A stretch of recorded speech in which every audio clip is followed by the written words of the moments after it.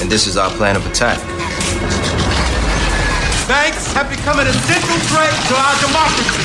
So consider this justice. Thank you for listening to Revolution Radio at freedomslips.com, the #1 listener-supported radio station on the internet. Please help support this station so this battle can continue forward. Revolution Radio!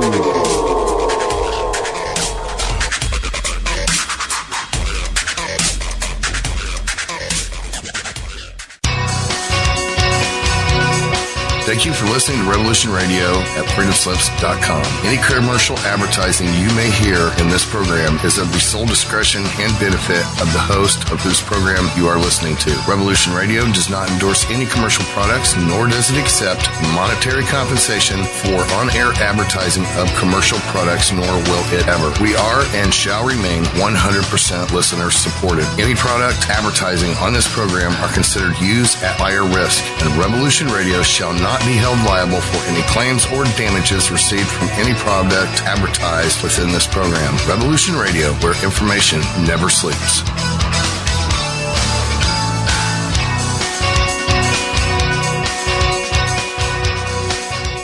The opinions expressed on this radio station, its programs, and its website by the hosts, guests, and call-in listeners or chatters are solely the opinions of the original source who expressed them. They do not necessarily represent the opinions of Revolution Radio and freedomslips.com, its staff, or affiliates.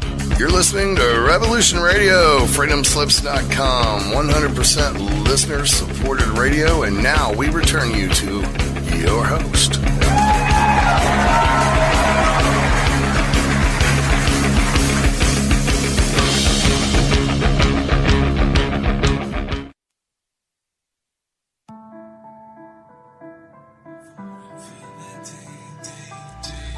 Do you feel as if you don't belong? Do you know you were meant for something more? Well, you were.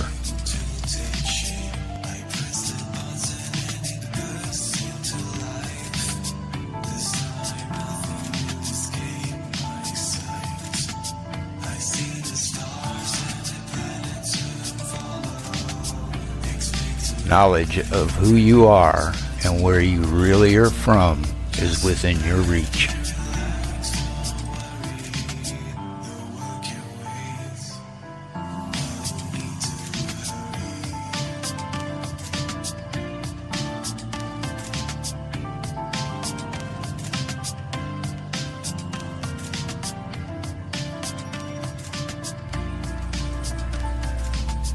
Join Janet Carol Lesson and Dr. Sasha Lesson as they search for the answers as they open up the Stargate to the cosmos.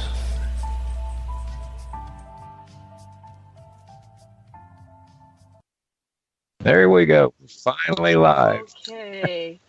Aloha, everyone. We're having a rough start up tonight, but we are here. I am your host, Janet Carol Lesson, and my co-host is Dr. Sasha Alex Lesson. This is an episode of Stargate to the Cosmos on Revolution Radio. Our producer is Thomas Becker, also known as a Mad Painter. And on the first hour, we're going to have Kendra Jonas. And let me find my page. Tell you a little bit about Kendra. She's an author, website developer, business coach, organized artist, public speaker, channeler, and she began to have interest in higher consciousness, which started with her first visit in the Greys on October 24th, 1991. And since that time, Kendra has had countless experiences with the Greys and participated in the Hybrid Starseed program, which resulted in the arrival of many Starseed children who are here today. And Kendra's had numerous UFO sightings, out-of-body experiences, and a couple of near-death experiences, all which have contributed to the enhancement of her clairaudient and clairvoyant abilities. She's had face-to-face dealings with reptilians, higher dimensional light beings, and beings from various star systems. And so Kendra was recently at the Stargate to the Cosmos Expo in October in Albuquerque, New Mexico, with all of us crazy people who were there, creating channels and portals to the new Stargate to the cosmos. So, Dr. Lesson, are you there? Before we bring on Kendra, I want to do a sound check. You there, honey? Hello, Dr. Lesson. All right. Don't know what happened to him. Kendra, are you there? Yes, I'm here. Hi, Janet. Hi. I'm going to have you tell us a little bit about yourself. I'm going to go on mute, and walk in and see if I can help Sasha get on. But tell us a little bit about who you are, how you got started. You were talking about your October 24th, 1991 visits from the Greys. And just tell a little bit about yourself, and I'll see what I can do about getting Sasha on. Take it away, Kendra. You bet. Yeah, well, I'm just really an ordinary person who happened to have some extraordinary experiences that started when I was 22 years old.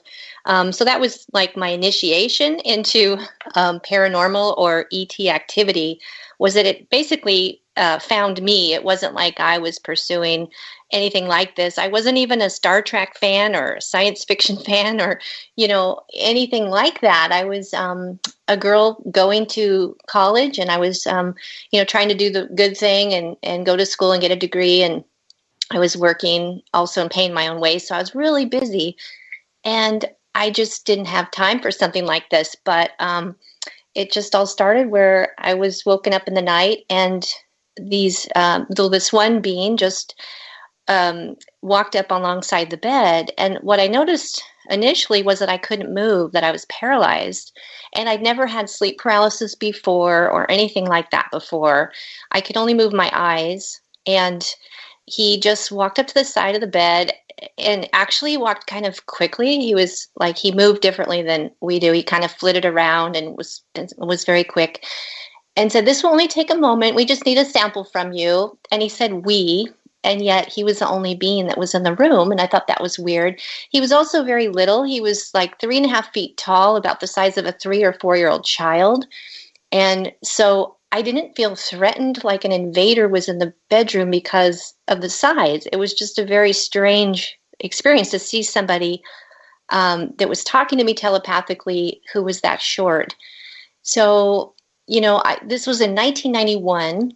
So this was a long time ago. This was before the internet. This was before Ancient Aliens was on television. There was not a lot of information out there at all, nor were there resources to find information about what was going on. So I didn't know. I just thought that I was having this strange dream that I dreamed that some being came in the room and needed a sample from me. And except what he did was he took out this little instrument and he took like 3 scrapes right below my eye and put it in this little device or vial thing. And then he turned around and walked right through the walls in my room. And he also told me before he left that it wouldn't leave a scar any bigger than one of my chickenpox scars. And I thought that was weird that he knew that I had chickenpox. And so I immediately went into cognitive dissonance. I didn't have a basis in my reality at that time for what had occurred. So even though it hurt, even though it was the weirdest thing that had ever happened to me, and it was not like any dream I'd ever had, I just thought it was, and I told myself to go back to sleep. And so I did that. But then the next morning when I got up to take a shower, I looked in the mirror and there was this big red lump where it had been all swollen where he had taken the skin sample. And then there was this fresh scoop right under this lump. And so that was when everything sort of came tumbling down, because I knew that there was a real validity to this, that what happened wasn't my imagination or a dream or anything like that. But still, in spite of all that, you still try to put it out of your mind because, again, I had no reference to really be able to integrate it at that time. So, but what happened was it wasn't just the first occurrence and then, you go through it and you either forget about it or you decided to dive into it. What happened was they kept coming. So the visits became so frequent that sometimes it was twice a week. And it was really hard when I was studying, going to college, to have, all of this stuff happen because I had tests the next day, or I just really wanted to have a normal life, but I felt like it was taking that feeling of normalcy away from me. So it started to lead to PTSD. It started to cause a lot of anxiety for me. So I went through a lot of difficulties with that.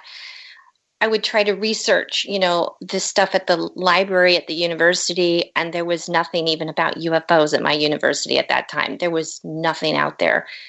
I happened to run into a gal that I worked with in the break room who was reading Bud Hopkins' book, Intruders.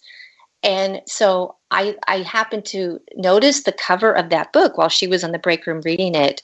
And that's when I made the connection. And that's when I realized, there's something going on here. Because I asked her, I said, what are you reading? And then she started to explain to me about people who are abducted and having these experiences with ETs. And I noticed the being on the book looked very much like the one who had been visiting me. So I told her that was happening to me too. And it had also been happening to her, which is what drew her to read that book. So, it was almost like... Thank God for Bud Hopkins. Yeah, Bud Hopkins' was my lifesaver too. I was having strange experiences, and there he was explaining these things that had been happening, and it was shocking because when you have, like, I had a thing where I thought I had been stung by a bee, but it was when I got my implant, and it was behind the right ear. And a lot of people to this day, they go, where's, they know they have implants. Where is it? That's behind the right ear. And mine was so bad that my mother took me to the doctor. So they get these markings, and they don't make sense on one level. Yet when you start correlating with other experiencers, you go, oh my God, this is real. Something's happening, and what can we do about it? So when you realized it was real, what did you decide to do about it? What decisions did you make for your life? Yeah, it was almost like more difficult once I knew it was real to deal with that. And it wasn't that I felt like they were bad or anything like that. I knew they weren't. And I knew that there was something very exciting that I was part of. I felt that the whole time. But there was such a disconnect in the emotional connection that you have with grays. They don't have that emotional intelligence like humans have. So it's very hard to connect. They would try to measure how I was doing, with scientific methodologies. Like they would check my pulse and blood pressure to see when I was calm enough to bring me back and things like that. So it was just a very different kind of interaction than what we're used to. And it took me a while to really come to terms with that. But what I did was I did find a therapist that I could talk to about this. And it was hard. There weren't any like ufologist therapists and things like we have today. But she was a nurse practitioner, and she had an open mind, thank goodness. So she said that she was, willing to look into this more. So she started doing her own research about other people that were going through this, and she diagnosed me with severe PTSD, similar to somebody who had been in a war.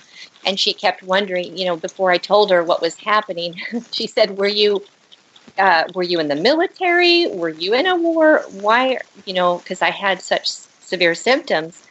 And that's when I decided I need to just tell her what's causing all my panic problems. But yeah, that went on. I saw her for probably about 8 or 10 years. Wow. How long?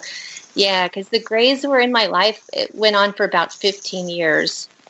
And, again. Are they still in your life, or you're saying they were in your life? Are they gone? Well, the hybrid program that I'm part of is I'm no longer needed for that. So they're not completely gone. I have had a couple of visits, I would say, within the last couple years. I've had a couple things. So they're still connected to me.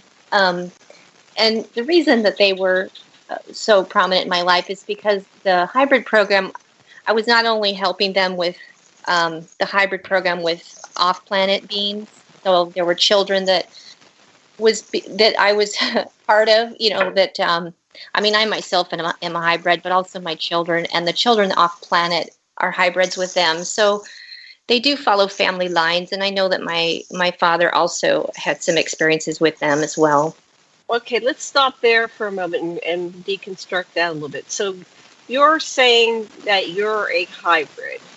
How do you know that? And what are your characteristics and qualities that are different from a non-hybrid human being? Yeah, well, I guess I just sort of put pieces together. I was told back when all this was happening early on in probably the mid 1990s, I was told by the Greys that they actually said to me that I am not a human, that I am a different species. And I did not understand what they were talking about back then. I disagreed with them. I said, of course I'm a human. What are you talking about? I'm a different species. And they showed me a picture of my cells. And they showed me, and I was not a biology student, and I'm still not scientific, but they showed me the nucleus, and then right next to the nucleus is this other dark spot that I guess is like the mitochondrial part of the cell or something, is what my husband says it was when I showed him the picture, because he does have a degree in biology. And so they showed me this, and they said my cells breathe differently. And what they meant by that was that I receive information differently, and that's what made me different. And it had to do with having different genetics that was also part of the family line, where they basically will abduct or take the pregnant woman and inject, different chromosomes and things into the DNA of the offspring, or they will manipulate our genetics at the time of our conception. And this has been going on with humanity, ever since our evolution. It's how we leaped in our evolution so quickly, why our cranium size became so large, and why we started walking upright, why all the fur was lost off our bodies so that we could hunt and put new fur back on. I mean, everything about our evolution doesn't match up to natural selection. So humanity's been manipulated genetically as hybrids throughout our history. It's just that what's happening is with these abductees like myself, is that we are some right now who they are focusing on and doing this experiment with right now. Not experiment, but they are hybridizing with those family lines right now to create another version of this hybrid race. So they're constantly altering us, and it's aiding in our evolution. And then they explained their reason for the hybrid program? Yeah, exactly. So what helped me really bridge that understanding was learning about Mary Rodwell's work and all the starseed kids that she's researched today. There's been like over 3,000 people that she has followed and opened up cases about, what's happened to them. And these children actually have memories of living off planet and having a life before they incarnated into this life. And they knew when they came here that they were hybrids. Some of them had a star language. They had incredible abilities and gifts that were like telepathy, telekinesis. They had an understanding of physics and the arts and sciences that went beyond, what they were learning in school. So she concluded that these children were hybrid children, and she called in her book, she called it the new human. And so with that occurrence happening with my son, where I knew he was a hybrid, and then what happened with me, it just, all the pieces started to fit together for me to realize that, that's who we are and why we're having those experiences. Right. So are they attempting to create a new species for their purposes, for the preservation of humanity? What is the long-term goal? What do you think about that? Some of the stories are that they're from the future. They came back to try to correct the course on, humanity before we went down some kind of extremely perilous road where we almost extincted ourselves. Some of the theories are, they no longer can reproduce, so this is how they reproduce, is by, combining their DNA with ours and creating a new species. Some have it more altruistic, that they want to help us because we're going to go extinct. So I just wondered what your information was, because I'm kind of collecting that.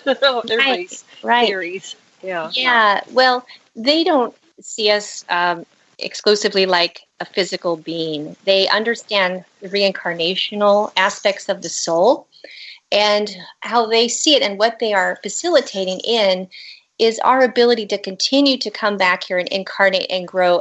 As long as we want to continue having physical experiences, we need to have the right vibrational match in a physical body to match our soul. And so that's why they're doing it, because as with each lifetime we have, we grow tremendously. We become more evolved each life that we've ever lived. If you remember your past lives, and I was fortunate enough to do that, actually through their help, they showed me my past lives that were completely validated, so I know they were real.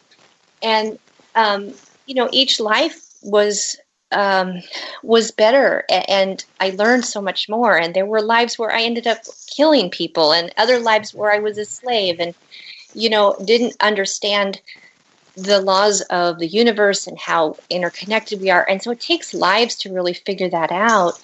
And so we can't keep incarnating back into a more primitive body type, like the Neanderthal type, or times when we were cavemen. We have to evolve physically in order to house the soul as it evolves.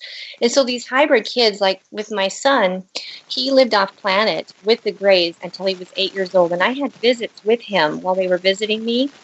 So I got to know his soul. I got to know who he was as a being. And then once he was done getting all the lessons he needed with the Greys, living with them as a hybrid child, he then incarnated and became my firstborn son in this life. And I completely recognized that boy as the same one that I was seeing when he was living off planet with them. So even though he lived to be 8 years old there, that was all the time he needed to get that information that he brought here. And today, he's phenomenal as far as what he's able to do, because he came here with so much more knowledge than what he would have had, if he didn't have that life initially with the Greys. So that's what it's about. It's about us growing and expanding, because if we don't, we're going to go extinct. We will. I mean, the planet's in trouble. It seems like it's, I call it shit or get off the pot time, that if we don't change things, we're not going to be here as a species to incarnate on this planet. But it seems that this species, the human race, has been preserved and may be available on other planets. This might not be the only planet where this species is available for having an incarnation. But I wonder if what is their ultimate goal? Are they focused on certain characteristics? I'm going to put my husband on speaker with us because he can't get on. Come here, honey. Let's share this we got on the show. This is Kendra Jonas. Oh. Sweetheart, say hi to Kendra. You're live on the air. Aloha, Kendra. Hello, Dr. Lesson. How are you? Oh, okay. A little doing. Oh, look, my computer's coming on. You talk to Kendra, and I don't know. Here. I don't know what's been said so far. I have no idea, ask Janet. Questions. We're talking about the hybrid program. I'm going to work on your computer. Okay, whatever. Go in the other room while I fix your computer. Okay. Kendra, I don't know what you and Janet have been discussing, but why don't you just wrap and I'll listen and maybe ask questions. Sure. Well, we were talking about the hybrid program with the Greys, and she wanted to know, I think her last question was, what's their ultimate reason for mixing our genetics with theirs. And, because we were saying that if we don't evolve, if we don't start raising our consciousness, we are going to go extinct. We aren't going to get smart enough to change our ways. If we just keep following programs, if we just keep on doing what the boss tells us to do because we need a paycheck, I mean, obviously that's not getting us to the right point. If we, continue to just kind of mimic what other people are doing in the masses, it's not leading us to where we need to be. So what's happening is these new children that are coming here, that are the result of this hybrid program, that are incarnating right now, are very much being people that can't be programmed. They don't fit in the same way with the school system, and the schools and teachers are having a hard time knowing how to teach them, which, they're ending up with diagnoses like ADHD and Asperger's and things, and they're medicating these kids rather than really listening to what information they came here with. And I've seen this with my own kids, and even when I was in school, I'm sure that I probably had ADHD too. But they say, it's really having attention in different dimensions. It's our ability to tap into a reality that's beyond just this flesh and blood physical, reality, and doing things exactly the same way as the teacher's telling us to do. So I noticed one thing, that the people that are reporting having these experiences with the Greys and the hybrid, being part of the hybrid program, tend to be very creative people. They tend to be very gifted with their use of their right hemisphere of their brain. Most abductees, I've noticed, have been able to draw their experiences, and yet proportionally, when we look at the general population at large, not everybody can draw. And yet there's this visual acuity I noticed that a lot of these people have that can, relay their experiences. So I always thought that was interesting. And I always felt like that's one of the reasons that my genetics was selected, is because there's a very strong creative genes in my family. My father was very artistic, and his sister was, and I am. And it just seems to be something that the very left-brained or very logical, scientific-minded, gray types of beings seem to resonate with or want to create a hybridized race with. Uh-huh. A lot of people that I've interviewed say that one of the main reasons for the hybridization is that the Greys tend to be more empathetic with their fellows and take others into consideration, and whereas a lot of us are way more closed off and egocentric and unable to empathize with others. And so that one of the positives of the hybridization program, unless you get stomped on for it, is increased empathy. That's what the other thing is. In terms of the history that I've been studying, one of the first planets that the Dracos really bombarded and forced the people to go underground for many millennia, and then they finally, some of them went out to space and they scattered all over, and some of them lost the ability to reproduce, and others didn't. But that it seems that what Susie Hansen has pointed out is that there's been like waves of the special kinds of information and sensitivity that people get depending on where their creativity is in the first place, that's one of the main things that we're getting, is that it's for everybody's benefit, but different people have different skills, and these are what's coming out. Yeah, that's so interesting. Yeah, the Greys would do a lot of these experiments with me too, almost like psychological studies to see how empathetic I am in certain situations. So they would have me go into this dreamlike state, and where I would be attacked by a small child. They did this a couple of times with me, and I always knew it was them doing this with me, because you could just feel them watching and taking notes and really examining the whole thing.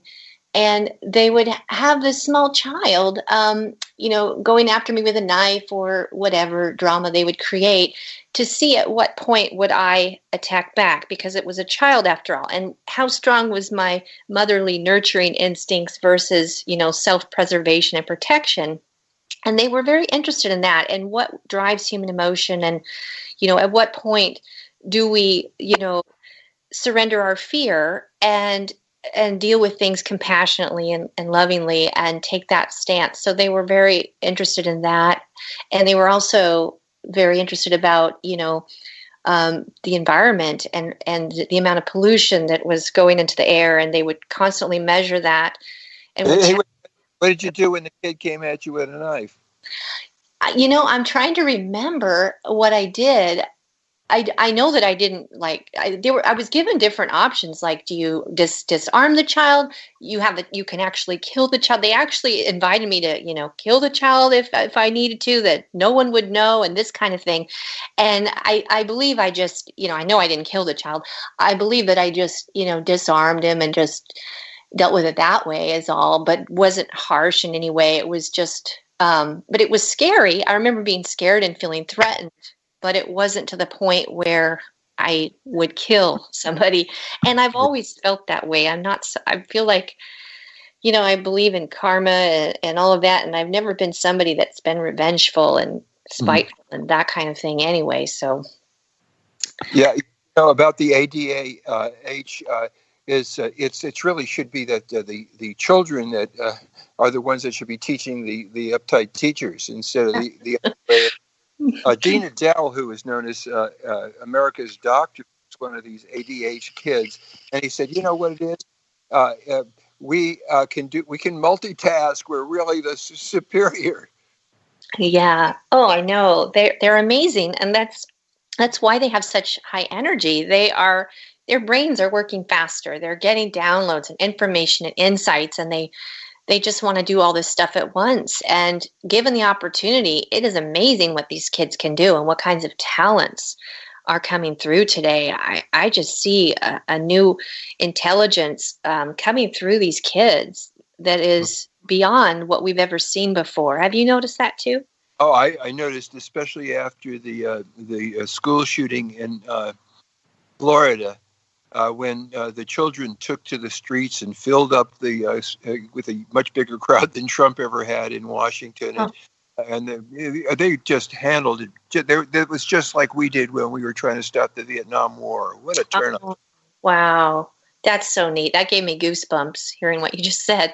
Yeah, that is amazing. And yeah, they're tapping into their heart center more. That emotional intelligence, that being self-directed to know right from wrong, not so much doing what society is molding them to do, but really going within and knowing, this is who I am, this is what I need to do, and being different is okay. It used to be, that everybody felt scared to be different. They wanted to fit in. And now you see kids saying, screw it. I want to be different. It's okay to love and accept myself the way that I am. And you're seeing that a lot more now instead of that whole fitting into the mold kind of mentality. Yeah, one of the biggest places where that it comes out is in the fight between Republicans and Democrats about the bathroom and what your identification is in UK, in England. You are whatever you say you are. You get to choose. In the United States, with this current administration, they're saying whatever is on the birth certificate, that's what you are, and you have to go in that bathroom. And bizarre. Right.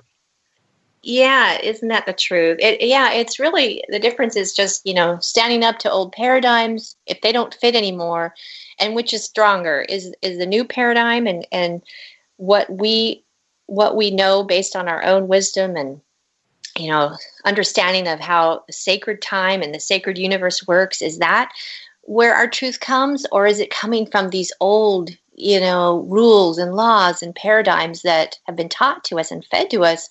And people are really waking up as far as if it resonates or not. And if it doesn't resonate, people aren't playing the game anymore. And we're seeing this with kids more than any other generation is, I would say, 25 and younger is where we're seeing the biggest change with that.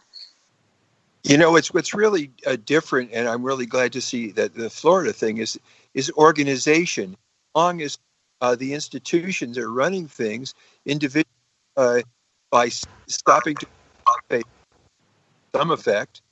Is that our music coming? I'm here. I got online for you over here. Hi. Oh, is that Janet? Hi, Janet. Hi, Sasha. Hi, Kendra. Hi.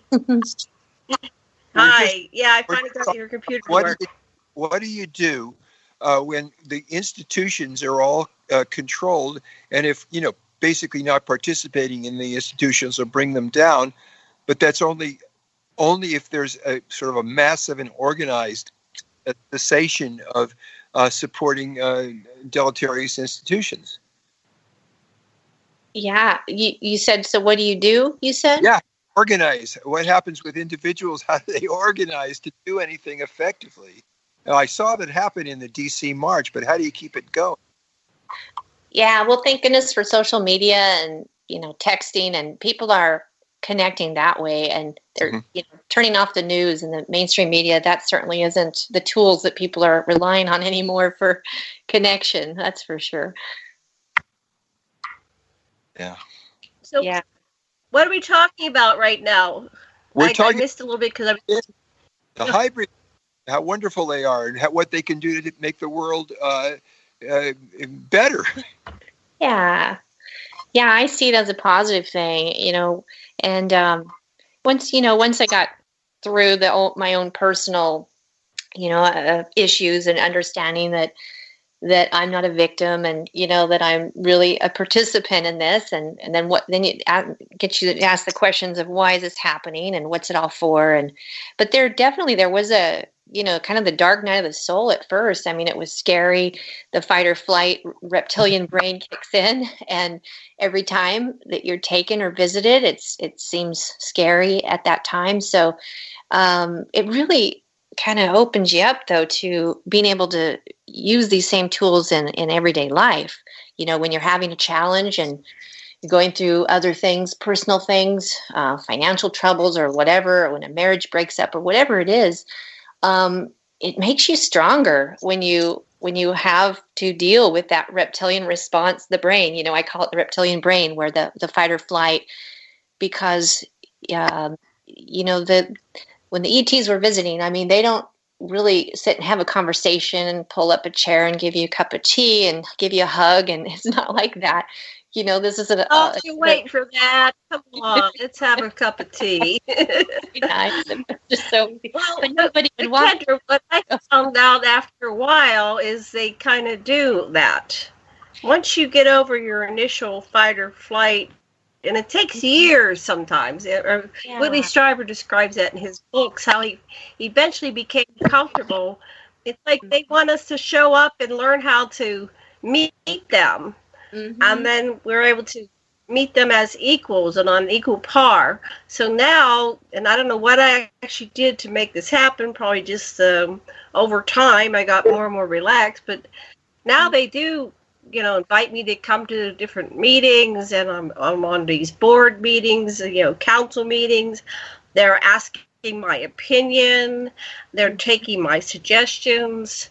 I recently told them that I was on this planet and there was all these empty houses, and I said, well, we have all these homeless people in the the world here, the Earth world. Why don't we just relocate some people? They can, rehabilitate these poor houses that have beautiful architecture, but they've been abandoned because the population's died off. And so I went back several times, and these people were not slaves. They had all their needs met. They had food, water, shelter, clothing. They were given all the materials, and they're turning this abandoned city on another planet into this incredible, vibrant and alive, active culture. And it seemed that the most of the people were predominantly like Indian or Pakistani or some kind of Asian culture, but there was still a mixture, a broad mixture. You had all the races, colors, creeds, and everybody was living in harmony. So so anyway, that was just one of my experiences, but I don't know if other people are getting invited to participate on a more interstellar basis. Have you heard any stories? Yeah. Or had any I can definitely relate, yes, to what you're saying. It really was about me having to do the inner work to get it past the fear before I could be taken to another level in communication. And it wasn't so much, where I'm conversing with the Greys now telepathically, but it's higher dimensional beings. I just call them spirit guides. I don't really know, planetarily where they're from. I have talked to a few Pleiadian beings, And those experiences are amazing. I mean, they're so enlightening, and you just feel incredible. So much so that when you come back, you really don't want to come back. It just felt so good when you're there. It's that kind of energy and vibration. And I feel like, when you're in a place of fear, or when you don't trust the process of what's happening and you're scared and you're in fight or flight, you can't match that level of vibration where those other beings are available. And by having those other experiences, it also opens you up telepathically. So by being engaged telepathically for as many years as I was, and having so many amazing, incredible things happen, it does shift your consciousness or your abilities a bit, so that when your spirit guide wants to talk to you, you can hear them and you can have conversation. And that then led to channeling and led to much more open dialogue than what I had 15 or 20 years ago when this all started. So I totally relate to what you're saying. And the council meetings is amazing. I have a friend who talks about that also, that she's invited to these meetings. And so tell me something, Janet. Is there a plan in place then to overthrow these negative beings that are still inhabiting this planet? Or what did they say about that? Well, I've recently had some contact regarding that, and there's some shift happening probably before the end of the year. Might start as early as the 23rd, where before there was like non-interference, so we just had to play things out and tolerate some things, but we're able to, it's not like we're going to go into like killing or doing things harmful to other people, but we're able to say no to certain energies at this point now, and protect ourselves and shield ourselves, and that this process, it seems like it's totally mental, or we're imagining, we're making it up, but this process of banishing or shunning or rejecting the dark powers and negative forces will actually have a huge three-dimensional effect. And we're going to start seeing a shift when we're rejecting those policies where we don't respect consciousness, where we're allowing racism and sexism and prejudice and all these negative energies to come.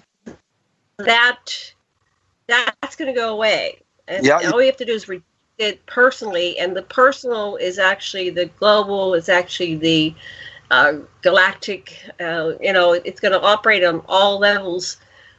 Saying it's like putting up boundaries.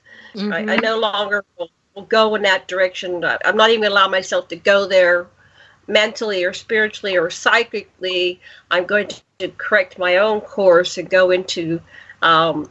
I hear a lot of people saying, I'm dedicating myself to love and to responding to outside stimuli from other people in a loving fashion, rather than going into judgment and negativity. That's what I find happening, and I hope it's true, but that's what my communication is telling me, that we're shifting. Well, one of the things that people are traumatized by isn't so much the aliens, but the paid professional killers that we call our military, that do terrible things, and they're incompassionate, and these are guys that get paid for killing people, and they're rough and they're mean. And so for a lot of people, they have a decent experience with the ETs, followed immediately by a terrible one with these brutal soldiers. Well, I think they're listening. I'm getting the indication that these things that we're saying at our conferences and online on these shows, they're actually listening. They're paying attention. And, I think that they're going to start treating us more kindly when they take us for the military abductions. That's what I've been getting lately as well. It's like, we're sorry. We didn't realize, or, now we know better. Now that you've expressed it. So I could be just crazy, but that's what I'm getting from my downloads. It's like, there's a move, we polarize the continuum to the furthest extent of negative and positive. Mm-hmm. And that is That's maxing. So now we're going to come back more to kindness, love, compassion, empathy, connection, walking in the other person's shoes, imagining what it's like to be them. I think that this extreme polarity in all that's happened with the shootings and the fires and the hurricanes and people dying of diseases, cancers, all these things that are curable, we've maxed the negative, and now we're about to turn around and go into a more kind and loving period of existence, and that's individually and collectively. Yeah, that makes a lot of sense. I mean, that's the universal law of polarity. If you see that extreme darkness, there absolutely has to be the opposite of equal value that's right there. So there's an infinite solution, or amount of solutions to any problems is what I've found. So I'm totally with you there. I think that we are on the precipice of shifting, really shifting on a grand scale in the near future. And it starts with self. So when you think you're powerless, like, how can I affect the whole world? You do affect the whole world. You affect everything. That's what we're learning, is that individuals affect the morphogenic field, and the morphogenic field goes back and affects all individuals. So if you correct your own course, before you know it, things are going to shift into such a kind and loving reality, and it just starts with self. It does, and it kind of ushers out. Mm-hmm. Yeah, we have like 2 minutes. I want to give you the last 2 minutes. Oh, okay. Yeah, I'm actually working on a book similar to that. I had an experience with a crow, believe it or not, that was one of my greatest teachers, and it was all about the micro and the macrocosm, and how fixing and healing something in my family line had a dramatic effect on a macro scale. And my story is one, to see as an example of that we're all doing this every day. We just don't realize it. But then when we heal something within ourselves or our ancestral line, we are changing the world. It truly does have that, like you said, that rippling effect on the bigger scale. So, I'm got motivated after your conference to get that book done, that second book, because it's all about what we're talking about. Excellent. Can't wait to see it. That's wonderful. And we're working on another conference, but we took a couple weeks off, and we're going to be back to work on that next week. So we've got DVDs and streaming we're going to put out there. We have, I think, about 80 DVDs that have been recorded. That's kind of obsessive. That's what I do. But we've got a lot of information that we're going to be getting out, and hopefully this will get distributed all over the world. And what we did at our gathering will affect the entire continuum. So your website is? KendraJonas.com. So be sure, listeners, to go to KendraJonas.com and buy her book, and get in line for the next one. When do you think that'll be out? Well, I made a goal with Len, who was also at the conference. He's trying to finish his next book at the end of this year, and I said, well, I'm going to finish mine at the end of this year too. So we sort of made a commitment to each other that we're going to get it done soon. So. Yeah, well, I have one too, and Dr. Lesson has another one. So let's get 4 books out before the end of 2018. I'll take as long as it takes. I'm going to do it right, even if it takes longer. Okay. All right. Thank you, Kendra. We'll see you again soon. And be back here. Janet. Thank you, Dr. Lesson. Thank you so much. Thank you.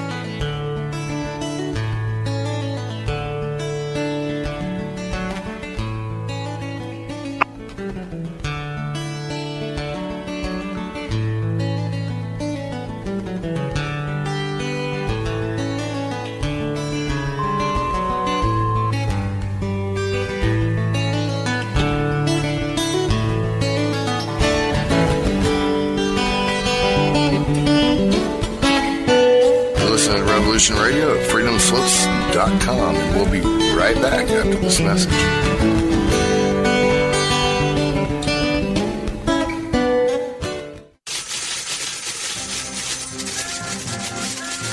In breaking news, A visiting Syrian diplomat reported today that their population is evolving rapidly and advancing into a fifth-dimensional consciousness. They are seeking peace with all cosmic cultures, which may mean that the Earth will be asked to join the prestigious Galactic Federation of Light Alliances. Please join Debbie West and Michael Hathaway on Lost Knowledge, Saturdays, 3 p.m. Eastern Standard Time in Studio A, for the latest breaking news on the Star Visitor's peaceful contact and the ongoing project of cleansing the Earth. Who are you? I am the architect. I created the Matrix. I've been waiting for you. Why am I here? You are the eventuality of an anomaly which, despite my sincerest efforts, I have been unable to eliminate from what is otherwise a harmony of mathematical precision, which has led you inexorably here. You haven't answered my question. The Matrix is older than you know, as you are undoubtedly gathering. The anomaly is systemic, creating fluctuations in even the most simplistic equation. Choice. The problem is choice. Right here at Revolution Radio, freedomslips.com. Be here Wednesday evening at 8 p.m. Eastern Time for Private Eye Matrix Revealed with Monique Lasan.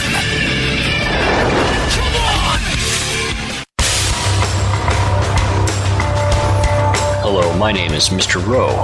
I am the host of Reality Extraction on Revolution Radio at freedomslips.com. I utilize logic, intellect, and magic to methodically autonomize, vivisect, analyze, examine, study, scrutinize, and extract an essence of reality from a fog of illusion and confusion.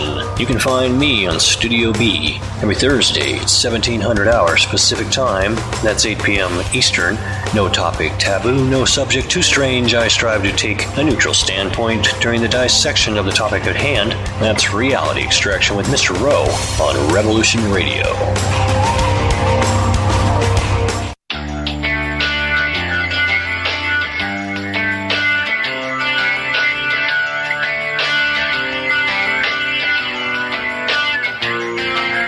This is Thomas, a.k.a. a Mad Painter. I'd like you to join me Monday nights, 10 p.m. Eastern Standard Time for Open Canvas. Don't forget to bring an open mind. Yes, folks, that's right. Bring an open mind to an open canvas. Again, that is Monday nights, 10 p.m. Eastern. UFOs to government corruption. This is Revolution Radio, freedomslips.com. You don't need to expect us. We're already here.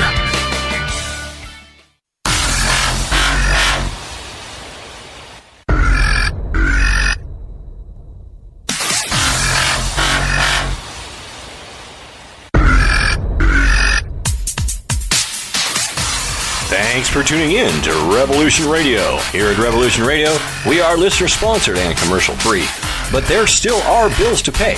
In order to raise some needed funds to cover the cost, our station is offering a silver special.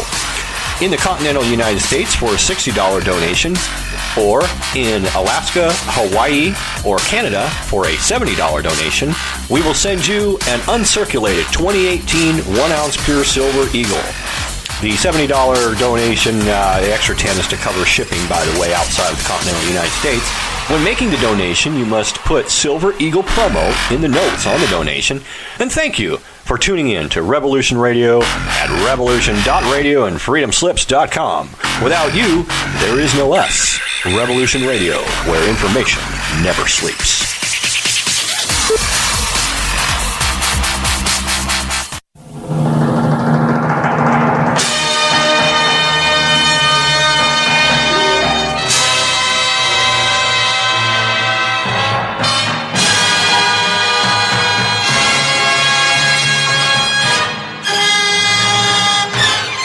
Collision Courses back. Schedule B on Revolution Radio every Saturday night, 6 to 8 p.m. You get outer space. You get honest answers, real researchers, truthful answers, and a place to engage with questions. Take part in the discussion.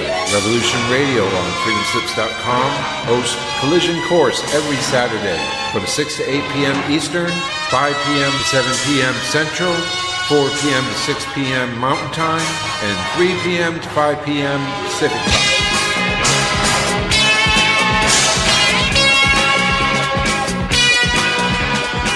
The opinions expressed on this radio station, its programs, and its website by the hosts, guests, and call-in listeners or chatters are solely the opinions of the original source who expressed them. They do not necessarily represent the opinions of Revolution Radio and FreedomSlips.com, its staff, or affiliates. You're listening to Revolution Radio, FreedomSlips.com, 100% listener-supported radio, and now we return you to your host.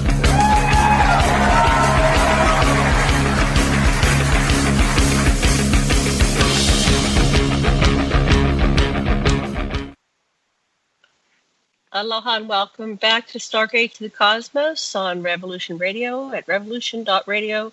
I'm your host, Janet Kerr Lisson, with my co-host, Dr. Sasha Alex Lisson, our producer, Thomas Becker. We want to thank Kendra Jonas for the first hour. That was wonderful.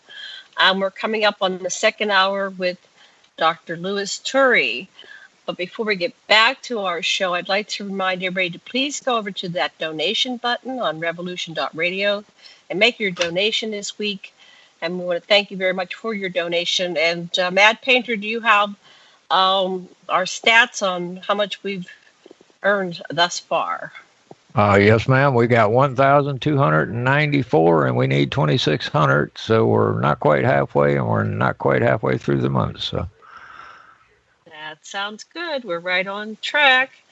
So I want to tell you a little bit about our show today with Dr. Turi. This is part 2. We started on Sunday on the Sacred Matrix, and we're continuing here. So I got this little thing from Dr. Turi. Oh, today's the 13th. I think you had the 14th. You might want to correct that on your announcement. We're going to be talking about UFOs, explaining how the reptilius use the super-conscious forces to hijack the body, mind, and souls of their infected victims to hurt humanity. And Dr. Turi will make predictions for the entire U.S., Europe, and the world. So we have a really big show this last hour. And so that's a big topic. So who are these reptilians? How are they doing this? What are they doing? Well, the reptilians are a representation of negativity, fear, chaos, disturbance, war, anything that is addictive, anything that is black, dark, and nasty to the human race. So those reptilians represented the forces of evil, and of course the more progressive extraterrestrial, the Draconis, are the gardeners of this world. They are representing the light, so to speak. And both of those entities, both of those extraterrestrial groups are cosmic conscious. For example, they know that right now the planet Mercury is retrograde. And when Mercury is retrograde, the people of the past comes back, every moving part gets broken, and then in my case, my car, my wife's car, my cell phone, my stove, my glasses go broken, dysfunction. So be ready, because this is what those entities are using. They are using dark matter, those cosmic winds, to manipulate the body, mind, and soul of human beings, and make them behave erratically, and then turn them into criminal. And they also use those nasty cosmic winds to produce natural disaster, and the wind that you have in California that doesn't seem to stop, that is burning everything out there. So this is due to the planet Mercury being in retrograde. And of course, it brings the affairs and people of the past. For instance, President Trump went to France, and he had to deal with a bunch of people he didn't see for a long time. But Mercury affected the weather, so that was the excuse for him not to go to the cemetery while all the others leaders went there. So there is all sorts of things that are taking place that is affecting the president's psyche and everybody walking on planet Earth with this planet going retrograde currently. So I just wanted to mention that. And as far as the future is concerned, President Trump said enough. His stars are very strong. He behaves like the bull in the china shop. This is part of his UCI, or his celestial nature, so to speak. He's born that way. He's born with the tail of the dragon in the sign of Sagittarius. I have to repeat myself so your audience understand what I'm saying here, Janet. And that makes him extraordinarily unlucky with all the affairs involving foreign land and foreign places. So by ridiculing the French and the Ally for losing the First World War, what President Trump is doing is, through the influence of the reptilius, of course, who command his psyche because he's infected, is to make a lot of problem with our allies. And this means, of course, the entire European countries, including Russia and China, may become new ally to battle the United States, which they will perceive as untrustworthy enemies. So electing a president that has a very negative dragon tail, such as Hitler or President Trump, for that matter, is not helping the United States and is not helping the human race, because he has a position of power. And when you elect a president that has such a stars, we the people, have to suffer his fate. Do that make sense? Right. Yeah, so, it seems bizarre. We were on a different path. When my generation, the baby boomers, came in after the war babies, we were motivated to take us to a planet of peace, and we were heading down a different timeline, so to speak.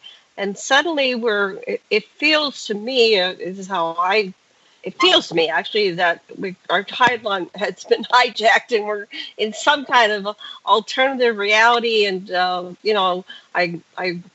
I listen to people like David Icke. I try to explain this in some logical fashion. I've learned about the reptilians and the archons and all these dark energies that seem to affect our 3D consciousness and reality. And I'm just left with, what can we do? Are we doomed to do another world war like my poor parents? They were so traumatized after the World War II. My dad had PTSD. We've been in this constant state. Is there no resolution, no light at the end of the tunnel? Yes, there is. But in order for that light to come forward, humanity has to gain cosmic consciousness. Instead of teaching and indoctrinating people with 875 different religions, or building atheists to only trust and follow science, the old art and science, or mother of all science, which is astrology, that was used by all disappeared civilization, should be reinstated in our college university and used as a very solid discipline. And then once you understand your position within the universal code, so to speak, then you can apply the will, which is stronger than the reptilius and which is stronger than the stars. But at that point, the humans do not know about the reptilius being the negative force, the falling angel, the devil or evil. They see this as something they cannot fight. The only way to fight the evil is with the light. The problem is that people, in order for evil to survive and to win the battle, is for good people to do nothing. And that's where the problem is. I'm trying so hard to make people aware how important it is for them to be positive, because each time you fear, each time you're negative, each time you're insecure, you are now becoming a target to the reptilians, who are going to feed on that negative energy and produce more chaos. So how can you fight the reptilians? First, by becoming aware of the reality of those nefarious entities. Secondly, by allying with the draconis. The draconis are the ones that help an artist to create a new song, or a painter to create a beautiful piece of art, or the draconis are the ones that will gather together to help other people who have suffered into a natural disaster and help to rebuild. So these are the light. But humanity is not aware of those two very powerful forces, because it all starts with religion and sudden enough end up with science, and they forget what's in between. As far as I'm concerned, extraterrestrials are very, very real. There is no question in my mind, because I've been literally growing up with extraterrestrial, and then what they did to my psyche once I end up in a flying saucer with my wife, just to downloading all the cosmic code jurisdiction, the cosmic code rules, and leading me to rebuild Nostradamus' divine astrology methodology. It's absolutely incredible. And then, you know what? The only difference between me and other psychics is that I'm not afraid to give you dates. For example, I'm expecting about an earthquake within the next couple of days. So, you know, the next couple of days is not very far. Earthquake above 6.0, a sudden release of energy, an explosion, or maybe a volcano. I know the reptilius are going to use the energy of the 14th of November 14th, which is tomorrow. And for the next 48 hours, the reptilians are going to use that sudden release of energy to create a big earthquake or volcano eruption or shock the world somewhere, somehow. And then I'm going to go all the way to the 26th of November. That's where I see thousands of people being forced to relocate, because, again, the reptilians will destroy many homes and many families. Why have I got to be so negative?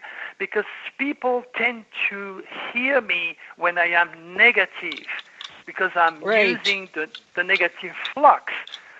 And all these people are going to suffer my predictions, because not only the reptilians are stimulating and using those nasty, deadly cosmic winds, but because people do not know how to fight.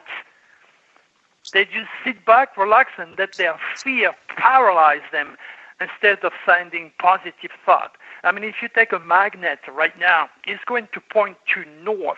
North meaning negative, north meaning the reptilians are winning over humanity.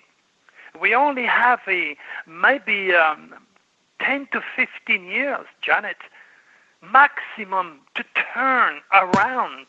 Right, And then when you have, for example, all these programs selling that people are going to one day go to Mars, for example, that is totally insane. I am very futuristic myself. I'm an Aquarius, Pisces Aquarius, so I'm into the future, but I also have a solid critical thinking. I know what NASA and all the scientific matrix is doing, like the religious matrix, which have been fighting each other to death forever. They want your money. They want to entertain you. They want to survive. They want to pay their bills, send their kids to college, and pay insurances. So they are selling that we are going to go to Mars, because this way they have your financial support. Well, let me back up to a couple things, and I want to go back to Mars, because that's a very important topic. And I think we lost Dr. Listen, because I think my internet. No, you didn't lose. Oh, you're still there. Good. So I want to ask Dr. Turi a couple things, and then I'll pass the talking stick to you, Sash. But you mentioned that you were, let's go back to your life as a contactee with extraterrestrials. When was the first time you were aware that you were interacting with extraterrestrials? I'm a lifelong contactee experiencer, by the way. No. Well, yeah. So what happened to you? I was 7 years old.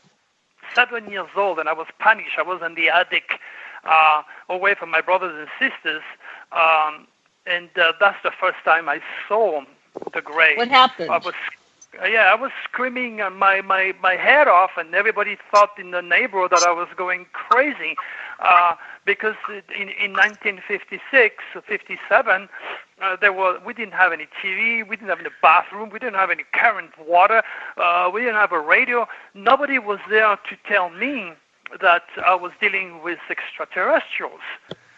And then the good news is that each time I woke up the next day totally terrified and asking my mother a question about it, she couldn't answer me. But the good news is, again, I always woke up and I knew they were not hurting me. They were doing something, but I don't know. I was only 6 or 7 years old. So my first experience was pretty dramatic. My second experience is when I was taking my sister through the French Alps to her work.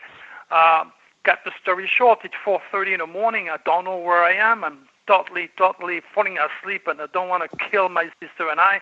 So I was desperate to find a little place and have a cup of coffee and ask for direction, because we didn't have cell phone. I didn't know how to read a map. Basically, I was taking her there by asking people direction or wherever, a few miles. I was 19 years old, so I was born in 1950, so easy to count. So 79. So we arrive at this restaurant in the middle of the night. I mean, you have to remember, this is the south of France. There is no McDonald's or places that are open 24 hours, especially 40 years ago. Right. So anyway, I stopped my car there. There was nobody. I asked my sister to sit by the door and wait for me, and I went to the bar, and next to me there were 3 guys. It's so big, I thought they were loggers, cutting trees. My nose was at their belts to tell you how big those guys were. And I thought, my God, I hope they have good intention. So I asked the barman to give me a cup of coffee and Coca-Cola for my sister. And then one of the guys looked at me, and he says, do you want to play cards? I look at him and I said, you know what? I'm tired, my friend. I don't want to play cards. I'm here to have a cup of coffee because I'm falling asleep, and then ask for direction. He says, no. Pick a card. You're going to be friends with cards. I said, what you mean? He was right. To this day, I don't even know how to play poker, but I play tarot cards, and each hand is a winner. So what I'm trying to say is, he asked me a few times to pick up a card, and each time my eye were looking at this card, he was telling me what it was. So I challenged him in my mind. I thought, instead of, I was looking at the 9 of diamond, and I'm going to change into the Queen of Spades. This is what I thought, but I never told him. Then he looked at me and he says, Louis, and I never ever said my name to this guy. He said, you're not going to change the Queen of Spades for the 9 of diamond. I said, oh my gosh, I could barely hold on to myself. I was holding to the bar. I asked the barman where the bathroom was. It was like 5 feet away. So I didn't even close the door. I put some really cold water in my face, and I felt like I was chained to this guy with my head. And I was talking to him in my head. I said, what the hell? Who you? What are you doing to me? I felt so invaded. I said, I'm going to get out of here, and you better tell me what the hell's going on. By the time I came back, it was like maybe, I don't know, not even a minute. They were gone. So I asked the barman, where are they? I said, they just left. I said, oh my gosh. So I went outside, and I looked left and right, and I listened. Nothing. And I asked the guy again, who are those guys? He said, well, they must have come in with a car because, we're in the middle of nowhere. I said, there was no car. Right. The next thing I know, I wake my sister up, and I said, let's get out of here. I don't even know if I paid for my coffee. We go out, and what I remember is the next day, driving back home with a headache that I would never wish for my worst enemy. And that headache lasts for about 3 straight weeks. Where have I been all night? My sister doesn't remember nothing because she slept all the way through. She only remembered when we arrived at the restaurant when we talked about it. So that was something absolutely incredible, where I felt very invaded, where I felt that I was dealing with the men in black. Who are they? What do they want with me? I don't know. They probably set up the entire scenery of the middle of a mountain to have that restaurant open at 4 o'clock in the morning. There was snow everywhere. So I never really had a closure with that. I still do not know what those guys did to me and what they wanted. That brings me to the third one. When I was with my brother, it was on November 11. I start to pick up the date now and make notes of the date in case something like this happened to me. And I said to we were driving through the vineyard going from his farm. He used to live in a farm during those days. And then we were driving through the vineyard to the main road, and then to the main road to the highway, and then from there to his discotheque. You know, he's Mr. Powerful, Mr. Mafioso, you know, hotels, restaurants, ski station, discotheque, very wealthy, very powerful, Scorpio brother of mine. Anyway, and he doesn't talk too much. So we were driving through the vineyard with a brand new Mercedes, absolutely brand new, reliable machine. I know I have one of those. I'm driving a Mercedes. They're very reliable. Next thing I know, I said to my brother, I see something on the right over there, Joe. Is there people in the vineyard now? He says, Louis, November 11 to be precise. He goes, there's no grapes. Grapes were picked in September. In other words, you know, shut up. Yeah. The next thing I know, oh my gosh. First of all, the Mercedes in the middle of the little road died.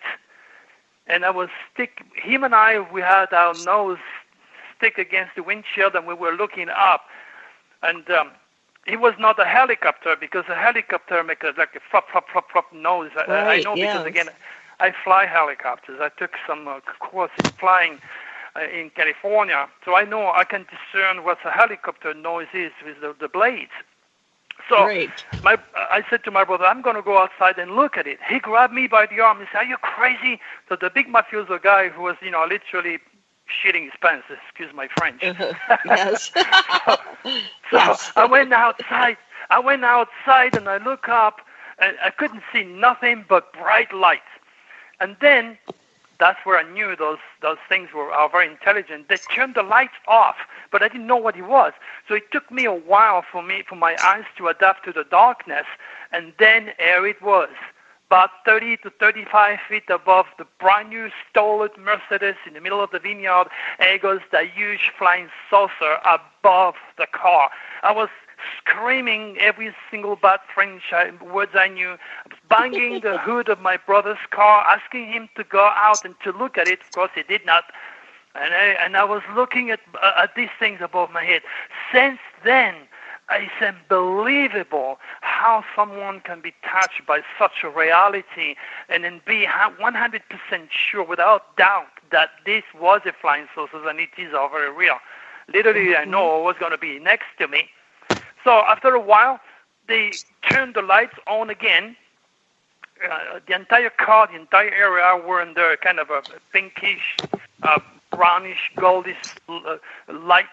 Then after a while, they turned the lights on again, and they flew off. That flying saucer was suspended above the car.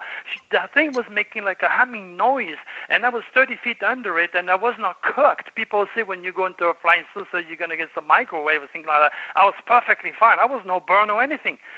So what was amazing is that flying saucers flew like maybe 10 feet above the chimney of a farm that was next door, and there was plenty power lines where that flying saucers is, you know, literally stuck above the car. It's amazing.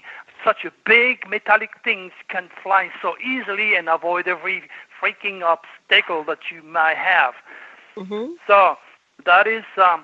since that day, I realized that something was different. I had to do something. I didn't know what it was. I went back to England. I got my certification from the Royal School of Music because I play piano. That's what I wanted to do, and I was a recording artist in those days. And then I decided to let go. I decided to let go of Europe. Something pushed me to come to the United States. And then that was November 11, 1981. And then in August 11, 1991, that's where the most incredible UFO experience took place. Yet it's nothing like the very last one, but it was pretty incredible. I was on my way to Los Angeles with my wife. And but the night before, she was going to go to a beauty pageant. I told her to get a baby sleep so that she might win the contest. And we were supposed to exit at Anaheim just before Anaheim, California, Disneyland. Just before Disneyland, in Catella exit, that was the exit we were supposed to take. But the night before, about 4 o'clock in the morning, my wife woke me up. She was crying, she was screaming, she was in a fetus position on the floor. She was, I don't know, I thought she was going crazy. I said, what's wrong with you? I'm going to call the 911. She said, I don't know, something is wrong. She made me look everywhere in the house, under the bed, in every cupboard, in the basement. I said, what's wrong with you? She said, I don't know. The next day at 7:30, when the clock rang, I said, there's no point of going anywhere. You look like hell. She says, no, let's go. We can always see Grandma because she lives in the area. And then we took off. I took off from Oceanside. It was 8 o'clock in the morning. I filled up my tank, and I was looking at my watch, and we took off. And as I was driving, I was carefully trying to go back into the night before and ask my wife what was going on with her, why she behaved that way. She didn't want to talk about it. And then she turned the radio on. Next thing I know, I felt like if I drove into a cloud, and I didn't feel the wheels on the road. And then I drove past a huge bridge. The next thing I know, my wife is asking me, honey, what's going on with you? You're at 35 miles per hour. It's 55. And then I was in the middle of the highway on those speed bump that woke me up, so to speak. And I said, oh my gosh, what's wrong with me? I said, where are we? She said, I don't know. I haven't seen LA just yet. We're going to be late, so you better hurry. So anyway, I kept driving, but I did not recognize my environment. So I decided to take the first exit, and then I exit, and then I saw 4 Mexican guys on the back of a white Toyota truck. They were having kind of a breakfast. So I stopped the car, and I went straight to them, and I said, excuse me, could you tell me where I am, please? They look at each other like, these guys smoke too much pot or something like that. They told me you are at the zoo after Los Angeles at the zoo exit. I said, excuse me? Yeah, they told me. And I said, and what time is it? They said to me, it's 9 o'clock, sharp. Oh my gosh. So I went back to the car. I said to my wife, do you remember when I married you, I told you I was dealing with extraterrestrial and this and that? She said, yeah. I said, it's 9 o'clock in the morning and we are after Los Angeles. And she goes, next time we go through LA and I don't see it, let me know, okay? Come on. She could not believe it. And she started to open the glove compartment and looking at the United States map to see where she was, to tell you how frustrated and how lost we were. It took me over an hour and a half to go back to Catella. So in other words, I was about 90 miles north, out against my will. And the only way for me to do that, I would have to do this, providing there is no traffic in Los Angeles. I'm driving a brand new Ferrari at 200 miles per hour, and there is no police to stop me. That would be the only way. The only way for me to do that. Right. Luckily for me, that they did not drop me west into the ocean. They dropped us north, 90 miles that I did not drive. Next thing I know, during those days, that was in 1991, something like that, I spoke to my situation. In fact, we came back to the hotel where the pageant was taking place. And my wife didn't want to go back home. She said, I don't want to go back to this house. She called a friend, and the friend took her to Phoenix, Arizona, and I didn't see my wife for a while. She was so scared. Next thing you know, I talk about my situation to a UFO researcher, and he says, okay, I know two top hypnotherapists in Victorville, and then we set an appointment, and they had the television, they had the recording equipment, and they framed the first frame, and then they compared the first frame to the very last frame an hour and a half or 2 hours later, and you can see me being totally wet, and not even my shirt has moved. to tell you how deep I was by those two guys. And everything is on tape, and I still have the tape. So what happened is, I was driving on the highway. I was sucked into the belly of a flying saucer. My wife and I, those three guys that I saw years earlier, the blondes, the Nordics, so to speak, the management, they came and opened my door, and they led me inside of the flying saucer to another door. And I said to my wife, "Don't you worry, been there, done that, it's all good, you're safe, don't worry." It's like if I had an agreement for this to happen. Then right. I went inside on the little room, and I could look outside through a window, and I saw the earth the size of a football. So my gosh, I was pretty far to look in the earth that far away from that window. Then the door opened, but it was like a decontamination. This is where I complain, and you could see me literally sweating buckets on TV. I'm literally, water is pouring out of me, like if somebody is dropping water on my face. So I'm kind of going through a form of decontamination before entering the flying saucer. Then I get inside and I see all the Greys, the dignified robot. They were playing with, working with all the electronics and flying the saucer, whatever they were doing. And then I went to a big screen, and that's where I saw my wife. She was laying down on a table, a glass table, and they were doing some surgery on her. They were taking the fetus because she was pregnant. They took the baby. And then incidentally, after that, just above the airline, she had like a 2.5 inches scar, but it was like a cat with a laser just above the airline. And believe me, that wasn't there before. So that was a solid proof that they took the baby. So when I was watching this, I was not upset. And then I went to another room, then I sat, and then something came from the ceiling, like a helmet, stuck up on my nose. And then I felt like electricity, I felt like steel, I felt like imploding. And then after that, this is where I woke up at 35 miles per hour in the middle of the highway after Los Angeles, at the zoo exit.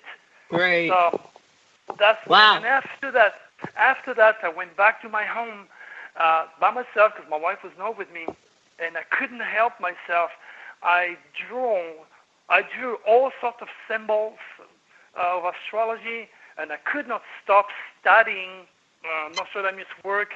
And I was led to become a prophet, to do prediction and to do reading and to do healing. That was just absolutely incredible. And then came the... Was it your baby, Louis? Was it your baby? What was that? The baby they took. Yeah. Your child. Yeah, it was my child. It wasn't the fetus. And then my wife didn't divorce me after that. She didn't want to stay with me. I understand. So she just dropped me. But did they ever show you that child again? Sometimes they come full circle and they let you see the child. Okay. I have no idea, but I was not upset. It's like I had a pact. I was okay. I was not upset at all. I can't explain my feelings. It's like, okay, well, I agree with that. That I can't explain it. No. So, but one of the most important connection that I have with extraterrestrial is with an entity called Draco, and that was during a solar eclipse. And if you go to drturi.com and you scroll down, you will see orbs. My wife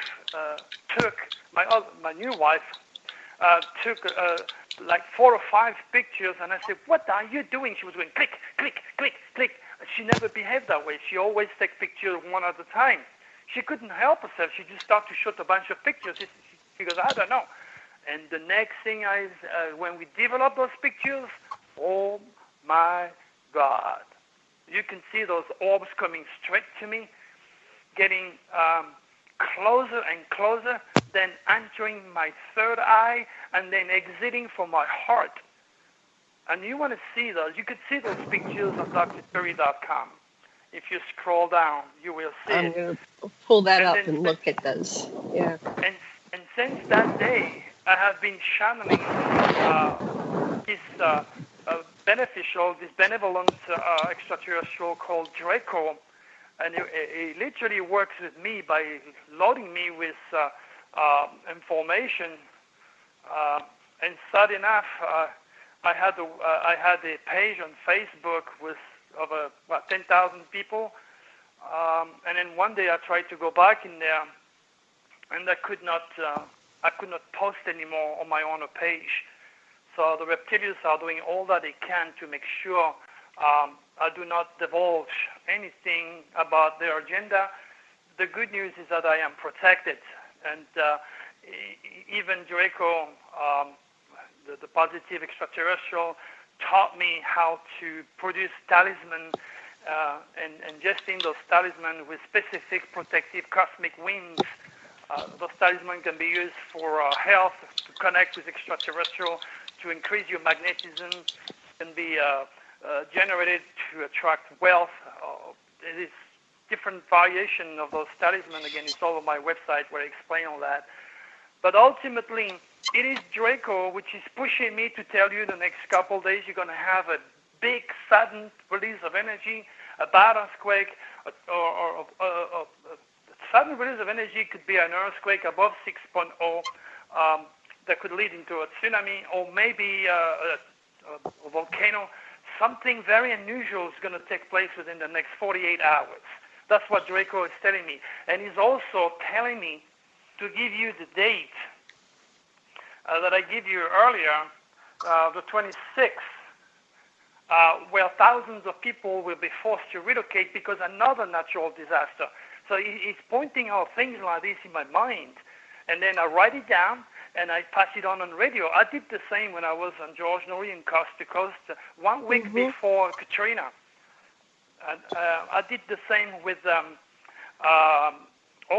pretty much all natural disaster, and that's why the FBI came and visit me twice, because I told them the exact date to when terrorist activity was going to take place. So 4 FBI agents visit me. So I have decided to be a little bit more careful now. What about the, so this thing that's happening tomorrow, do you have any idea what part of the world this is going to be in? Is it the United States or something unrelated? I taught NASA students who is who in America, doctors from all walks of life, and NASA, they're taking your money.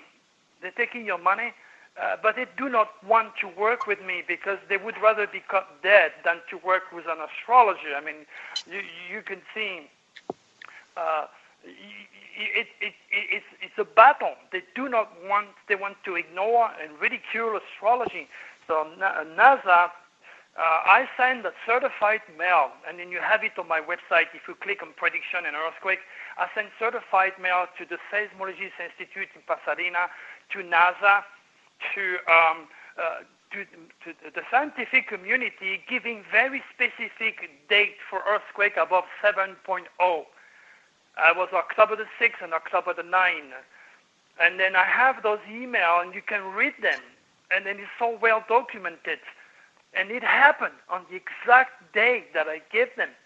But they will not dig into cosmic consciousness. They will not try astroforensics. They like the FBI. They are afraid of being ridiculed or going to hell. And the result is that Dr. Turi knows what he's talking about. I've been gifted. I've been touched by the divine. Yet people are afraid. They think I'm a lunatic. I'm an egocentric. When all that I do is most of the time free, because I'm trying to help to save people's lives. So NASA the USGS and NASA will never tell you where an earthquake will take place. Mm-hmm. Me, I don't tell you where, but I tell you exactly when. And it's much more accurate and much more information that the scientific community is able or willing to give you. Now, all you got to do is to wait a couple of years, and I will send you the result. I have your email address, and I will tell you, do you remember?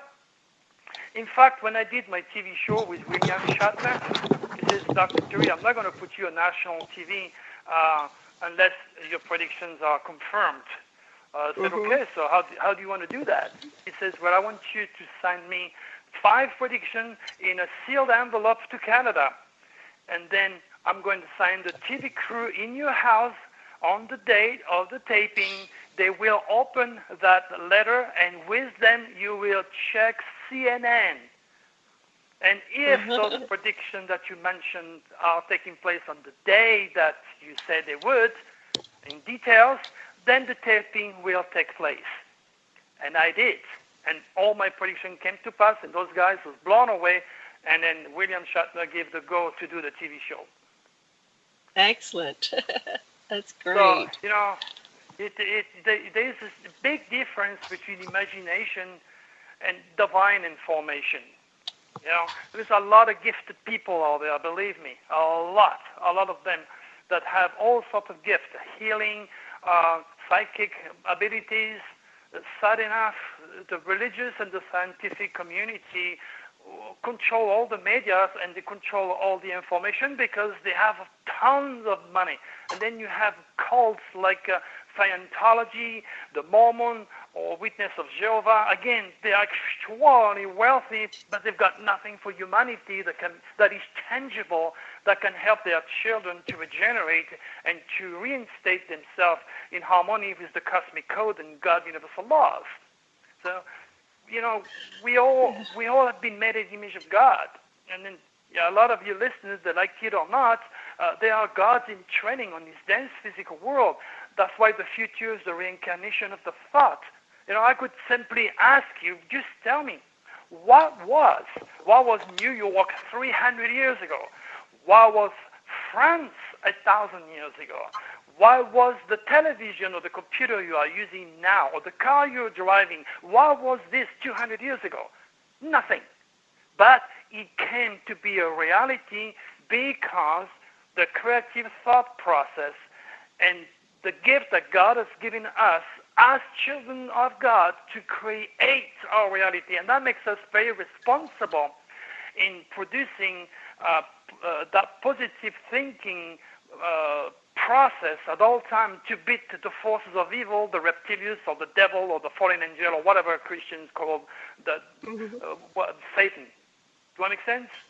Yes, you do. And we have about 15 minutes left, so I want to bring us back to track. So we're talking about are the leaders of the planet infected by, you know, it was one of the theories that Choate Nagashita had, and also David Icke, that these you know, reptilian forces or draconian forces or whatever, archonic, take over the leaders of the planet and they're infected. Is that what you mean? Go ahead. The only difference between David Icke and I, as far as the reptilians are concerned, is that David is, I know him very well. David is like putting only the people who have names and power, like President and the Queen of England, transforming into lizards. And this is not that at all. Everybody, including you and I, are infected to a certain degree.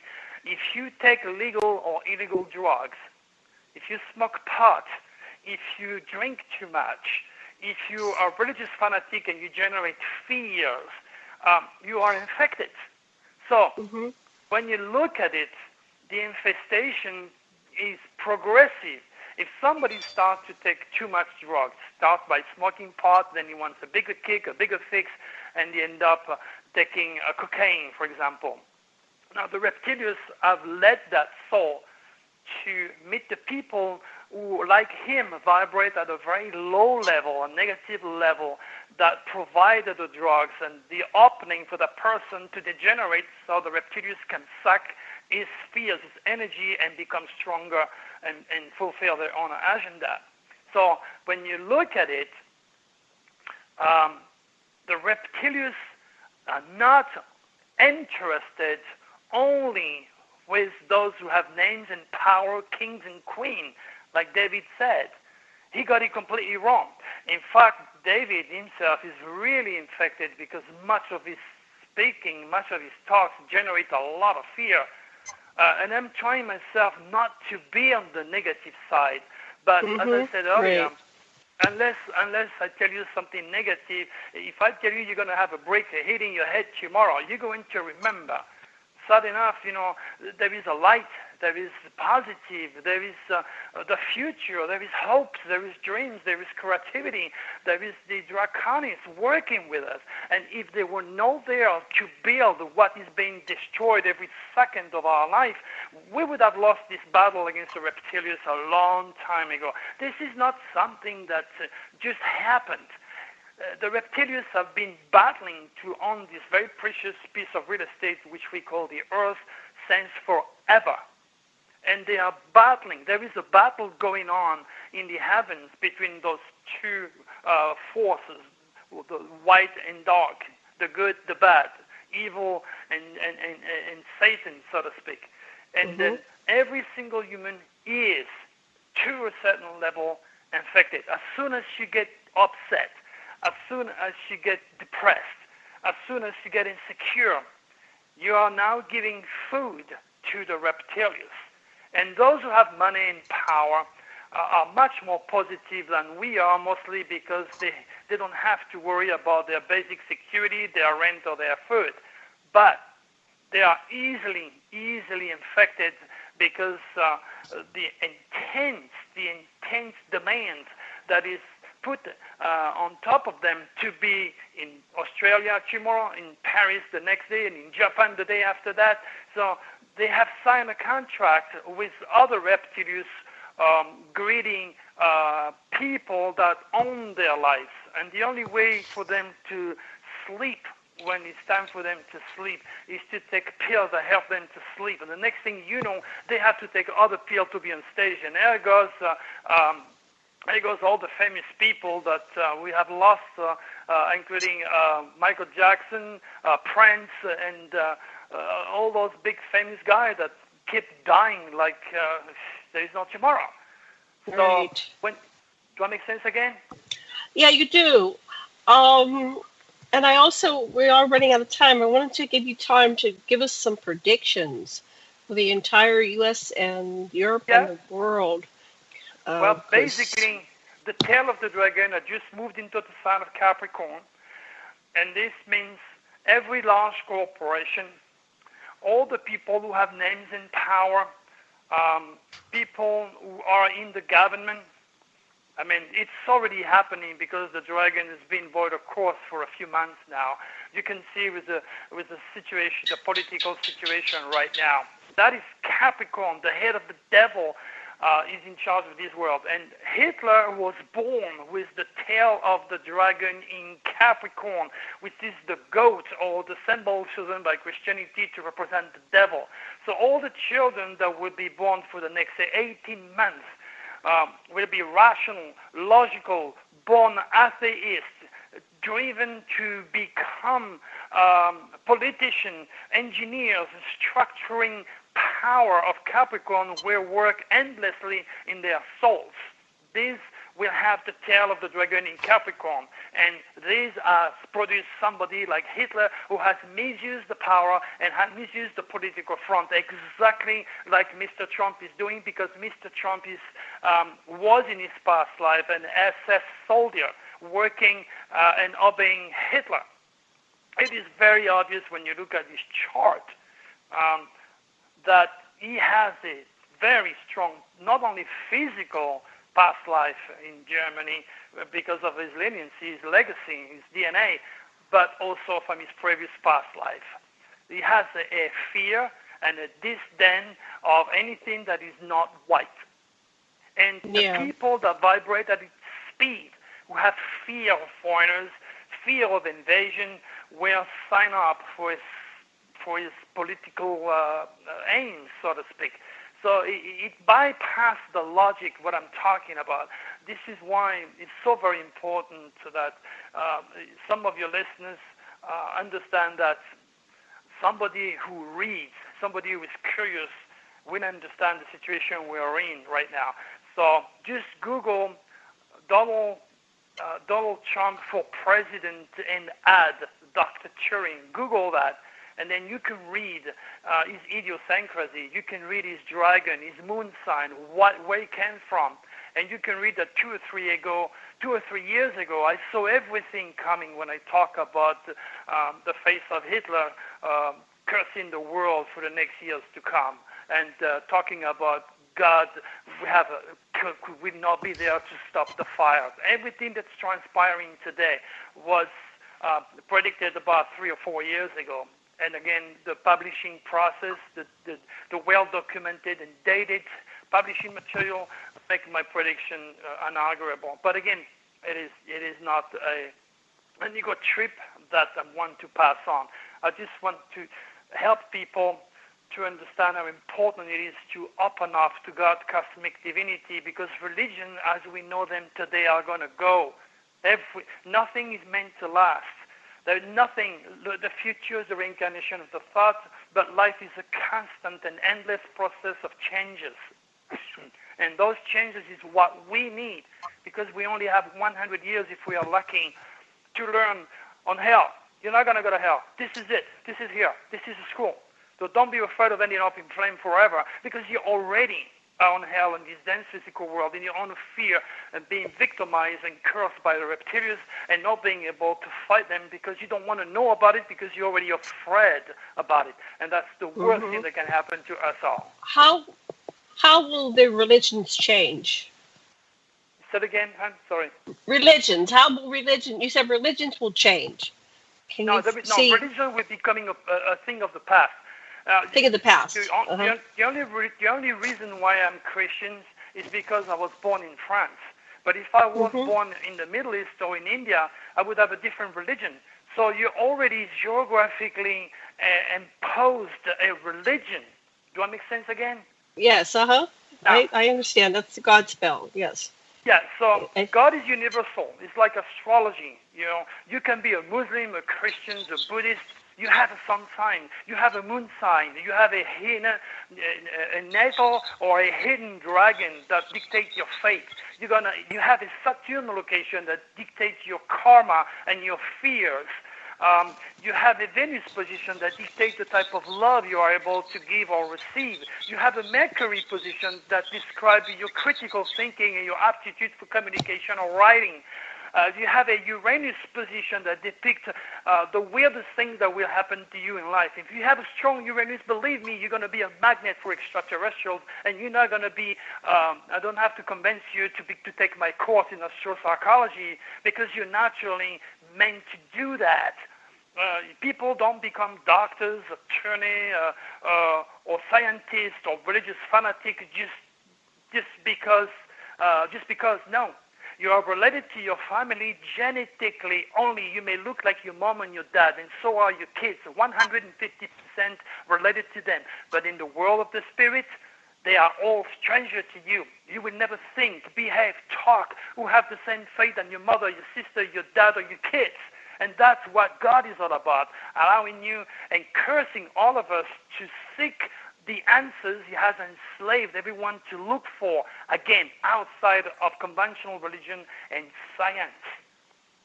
And that's what I'm all about. 1 minute left before we go. 1 minute left before we go up there. I'll tell everybody how to reach you, your website, and we'll have you back again. Yeah, well, basically, Dr. Turi, DRTURI.com is a big website. You can watch my TV show, listen to my radio show. Please make a note of what I said. In the next 48 hours, there is a sudden release of energy which is going to shock the world. Be ready. It could be an explosion, an earthquake, a tornado, I don't know. Just be prepared. And I give you another date towards the end of the month, where thousands of people will be forced to relocate because of natural disaster, and that will be on November 26th. I'm giving you the solid proof that I speak to God, and you can speak to God too, but God doesn't speak to fools. That's what it comes down to it. Thank you so much, Dr. Turi. Thank you, listeners. Thank you, everybody. Thank you, Sasha. Much love and blessings, and aloha.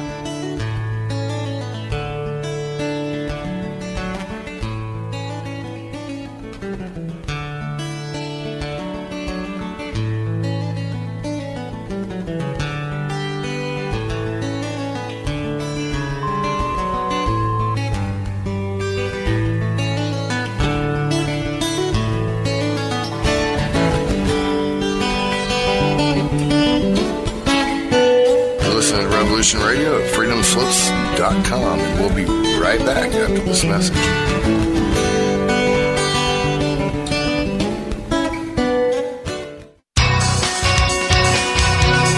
Thank you for listening to Revolution Radio at freedomslips.com. Any commercial advertising you may hear in this program is of the sole discretion and benefit of the host of whose program you are listening to. Revolution Radio does not endorse any commercial products, nor does it accept monetary compensation for on-air advertising of commercial products, nor will it ever. We are and shall remain 100% listener supported. Any product advertising on this program are considered used at buyer risk, and Revolution Radio shall not be held liable for any claims or damages received from any product advertised within this program. Revolution Radio, where information never sleeps.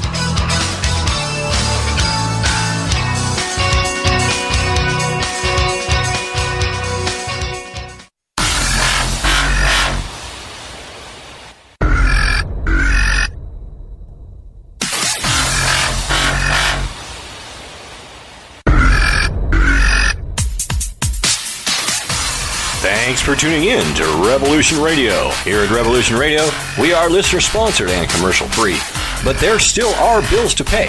In order to raise some needed funds to cover the cost, our station is offering a silver special. In the continental United States for a $60 donation, or in Alaska, Hawaii, or Canada for a $70 donation, we will send you an uncirculated 2018 1-ounce pure silver Eagle. The $70 donation, the extra 10 is to cover shipping, by the way, outside of the continental United States. When making the donation, you must put Silver Eagle promo in the notes on the donation. And thank you for tuning in to Revolution Radio at revolution.radio and freedomslips.com. Without you, there is no us. Revolution Radio, where information never sleeps.